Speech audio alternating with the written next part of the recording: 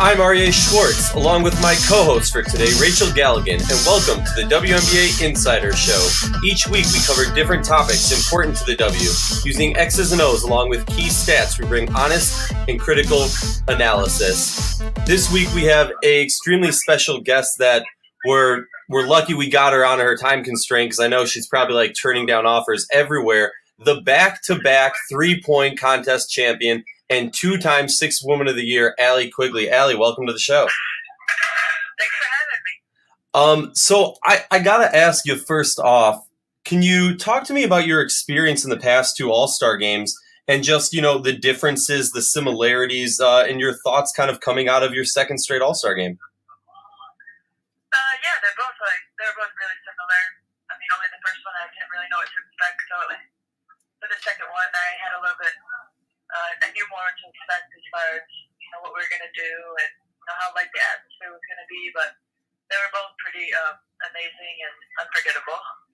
So watching you from press row go down about the three-point contest, I mean, I've never seen somebody so calm in a three-point contest at any level of the three-point contest. What's your mentality when you're doing it? I mean, you literally, at times, I kept having to double-check the clock because I thought you were going too slow.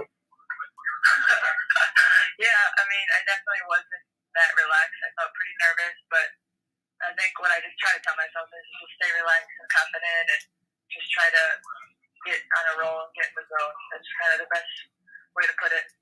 And real quick, because I know Rachel wants to hop into more season issues, how cool was it to have Courtney there in your jersey? I saw her in the stands, and at first I thought she was wearing her own jersey, which I think might have been a little bit funnier. But how special was that? I mean, to have a whole crew there supporting you. It was amazing. It's tradition. Last year in Seattle, she also wore it.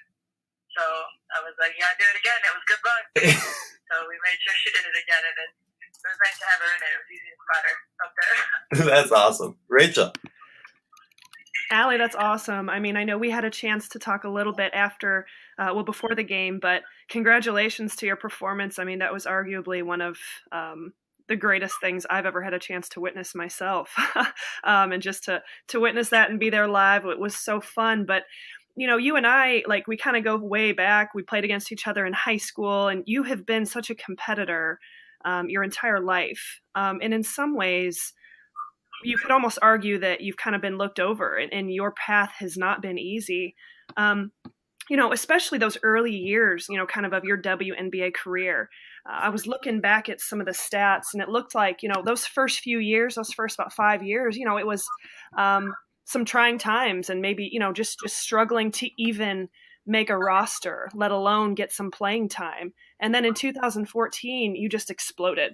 And you kind of completely came into your own, and you could almost say that you're now playing at the best that you've ever played in your WNBA career. What was it kind of back from those early days, and then you get into 2014, what was it that kind of happened around that time for you? I just think it was just years of working and experience kind of catching up with each other, and then just getting an opportunity in 2014. That was the most minutes I probably ever got, and I tried to use all the experience that I had from overseas and just the small opportunities that I did have early on in the WNBA. I just tried to learn from those, and the best way to improve is just to get experience. That year in 2014, I got so much experience and playing time that I just took advantage of it. I think that was the main thing, just taking advantage of the opportunity. And you've spent really, your entire career, your entire really life in Chicago, I guess, besides the seasons you're going overseas and playing. But what is it for you to have grown up in Joliet, to have gone and had a tremendous career at DePaul, to now, have been with the Chicago Sky since day one? What does that mean for you to kind of literally be the face of that Chicago Sky organization? It's pretty cool, thinking back to how I've been able to stay home. I know a lot of players, don't really have that chance, but at the same time, we travel so much, and that doesn't feel like I'm home ever, and, being overseas 7-8 months out of the year. But definitely lucky to be able to come home in the summer times and have my family at every single game. I'm really, really thankful and lucky that I had this opportunity. And you're playing at the best of your career, which we kind of talked about. These last 2 years, you're averaging like 16, just over 16 points a game, even more so this year. You're that kind of consistent and steady rock. We had kind of talked about that a little bit in Minneapolis. But, what is it that you feel like you're doing off the floor, mentally, physically, to be peaking at this point in your career? Being 32 years old, I believe, you're out there and you're a dominant force. You're doing what you're doing and you look amazing doing it. What do you do to kind of keep yourself performing at that level night in and night out? I think that everyone, finds best for them. And for me, it's just, trying to eat healthy, fruits, vegetables, staying hydrated, getting good rest, and that's just like nutrition-wise, but like physically, always trying to make sure you do your exercise in the weight room to, prevent injuries, and then always just getting extra shots up, whatever you need to work on, whether it's extra shots or dribbling, watching video. It's really not one thing; it's just a lot of little things.